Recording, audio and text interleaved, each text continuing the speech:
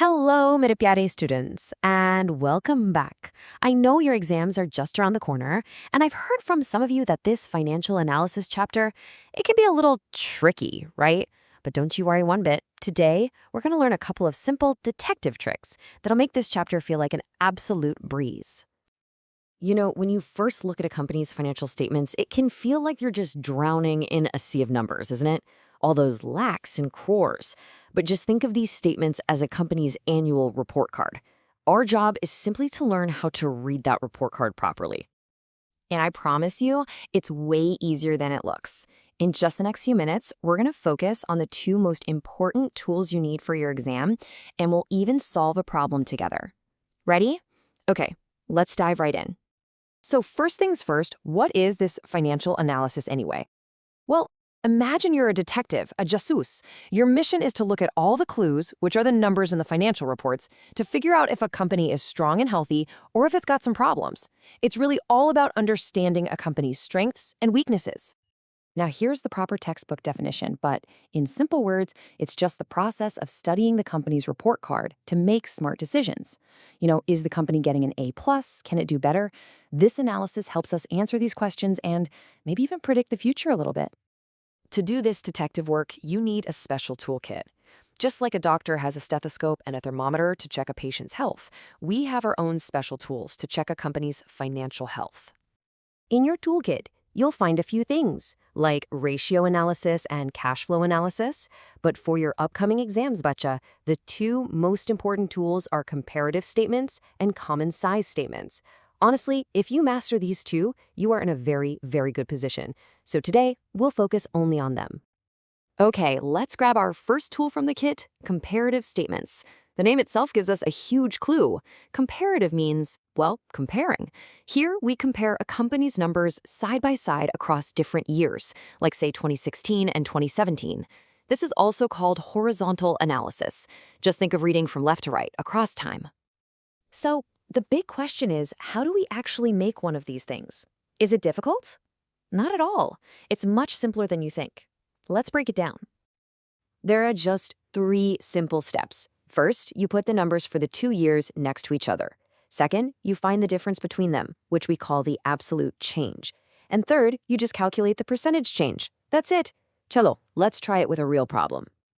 Okay, so here we have the profit and loss statement for a company called BCR Co. Ltd. for 2 years. We've got revenue, incomes, expenses, and the tax rates. Our job is to turn this into a proper comparative statement.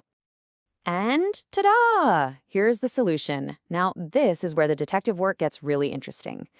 Look at the revenue. It went from 60 lakh to 75 lakh rupees. That's a 25% increase. That's good, nah? But the real clue, the real story, is the profit before tax. It jumped by a massive 46.29%. This tells us the company isn't just selling more, it's becoming much more profitable on everything it sells. That is a fantastic sign of a healthy company. See? You're just looking at the trend over time. It's really that simple. You've already mastered our first tool. Now let's grab the second tool from our kit. All right, let's move on to our second tool. This is the common size statement. Now, if the first tool was about looking side by side, this one is all about looking top to bottom. Think of a pizza. This tool helps us see how big each slice is compared to the whole pizza. We also call it vertical analysis. So, the most crucial point here is that we take one main item as our base, that's our whole pizza, and we set that to 100%. For the profit and loss statement, that base is always revenue from operations. Then every other item on the statement is shown as a percentage of that revenue. Let's take another example. Here are the numbers for a company for 2 years. Now, notice that the revenue from operations is 25 lakh rupees in the first year and 20 lakh in the second. These two numbers will be our 100% base for each year. And this just brilliantly illustrates the result. See how revenue from operations is 100% for both years? Now look at employee benefit expenses.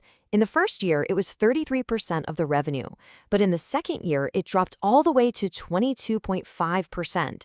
This is a fantastic insight. It means the company is spending less on salaries for every single rupee of sales it makes. And as a result, just look at the final profit after tax. It grew from being 50.4% of revenue to a whopping 68%. This company is becoming so much more efficient. All right, a quick check-in, a pop quiz. Let's see if you were paying attention. Common size analysis, where we look from top to bottom, is also known as, what do you think? Vertical analysis. Of course. Excellent, you've got it. Brilliant. So to quickly revise, let's put them side by side. Comparative is horizontal. It looks across years to see the trend, the direction of change. Common size is vertical. It looks within a single year to see the proportion, the percentage of the total. One shows change over time, the other shows the structure at one point in time. Okay, we're almost at the finish line. Let's do a super quick final revision. These are the last few points you absolutely must remember for your exam. Now, a quick exam alert. Please remember that this analysis, it does have some limitations. It only looks at numbers, right? Not the quality of the management or the products. It also ignores things like inflation, and if two companies use different accounting rules, comparing them can be like comparing apples and oranges. Just keep these points in your mind. So, here are the absolute key takeaways, the golden rules. Comparative is horizontal, and it asks how much did things change. Common size is vertical, and it asks what percentage of the total is this item.